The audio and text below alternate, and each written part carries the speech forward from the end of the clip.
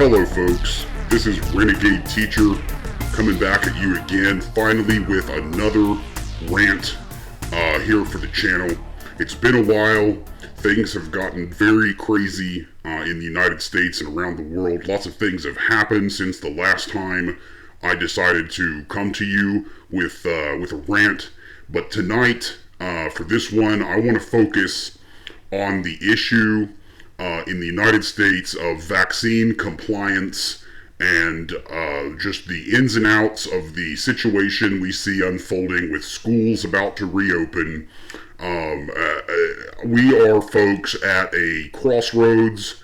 We have this situation where the vast majority, I'll say the majority, not the vast, but the majority of Americans are unvaccinated against the SARS-CoV-2 pandemic virus, and things are absolutely crazy. We have the CDC making a reversal, saying that masks are going to be recommended for K through 12 teachers and students.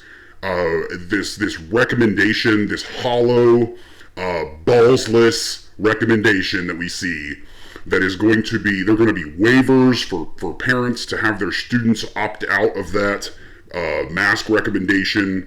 It's an absolute shitfest, folks, of just epic proportions, and I'm gonna be lucky if I can make it out of this one without having to ride the cuff and get my blood pressure back in check. I am just dumbfounded with the stupidity that we see permeating throughout our society. We are literally a few steps away from people coming out into the streets and clutching onto their magic crystals and praying to some pseudoscientific entity and just rubbing homeopathic medicine all over themselves and screaming at the top of their lungs for someone to help them. Folks, we are at a precipice of epic proportions, and I want to draw a parallel with the vaccine, this discussion that's coming up about whether or not vaccines for the current health outbreak should be mandatory or not, and this false dichotomy between vaccinated versus unvaccinated people that completely ignores the fact that something like 4% of our country is immunocompromised and cannot be vaccinated even if they want to. And we see these morons, the news always grabs the most redneck sounding person to sound off with this false dichotomy, this nonsense of, you've heard it, I know you've heard it, these people that they cut to for about 6 seconds, if that are just completely, I think the real problem is that the unvaccinated people are just ruining it for the rest of us. And then they cut away, as if that means anything, to go up to some random redneck and ask their opinion, and then that makes the news. What doesn't make the news is the something like 13 or 14 million Americans who can't be vaccinated because they're immunocompromised. How messed up is this country? I'm to the point of not being able to take it anymore. And that's how I ended up here on the horn with you for this rant. Take a look at the United States seatbelt laws. Take a look at the U.S. seatbelt laws and tell me if they make sense to you or not. If you look at the statistics, a seatbelt does not prevent you from dying in a wreck, and it does not prevent injury in a wreck. If you look at, and this is from the CDC, published in 2011, it says that among drivers and front seat passengers, seatbelts reduce the risk of death by 45% and cut the risk of serious injury by 50%. Now let that sink in for a second. We don't give people permission to make up their own mind as to whether or not they need to wear a seatbelt, because if we did that, myth pseudoscience, and quackery thinking would immediately lead to a huge amount of people not wearing seatbelts. And as policymakers, these people know that the normal everyday person cannot be entrusted with making that decision for themselves because they may not have the critical thinking skills to realize that even though seatbelts don't prevent death or injury, they reduce the risk of it drastically, right? So if you're going to argue that vaccines for this current health outbreak should not be mandatory, you might as well go ahead and argue that seatbelt laws should not exist, right?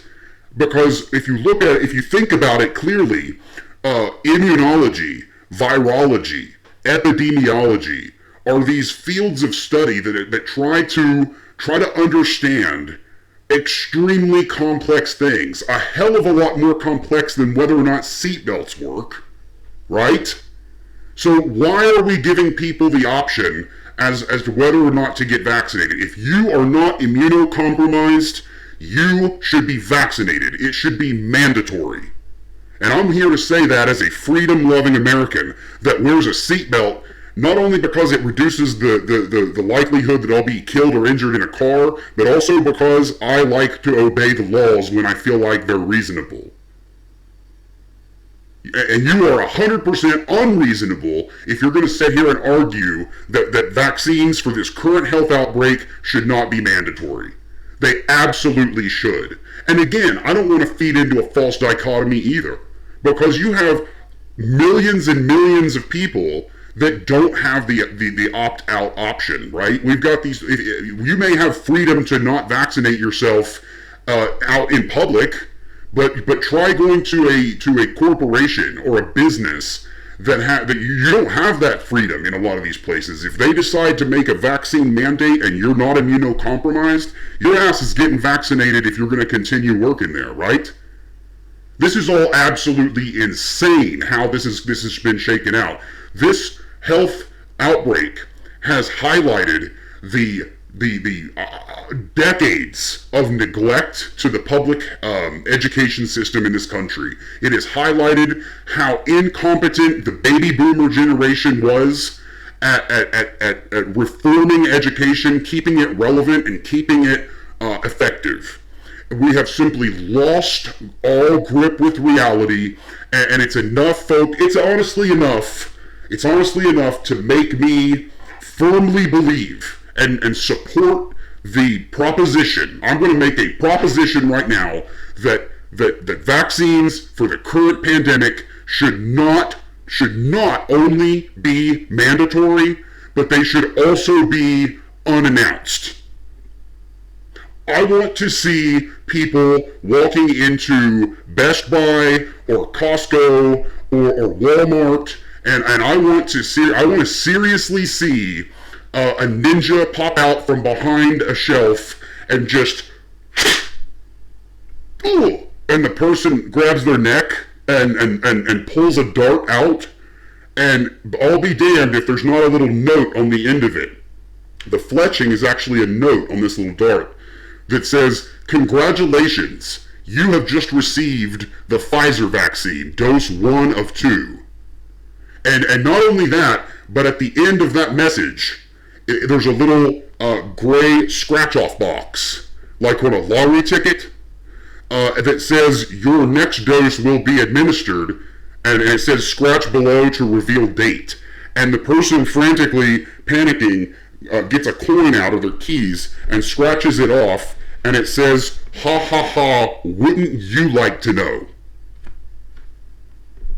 I am absolutely done, folks. I am done with this ridiculous nonsense of vaccine denial.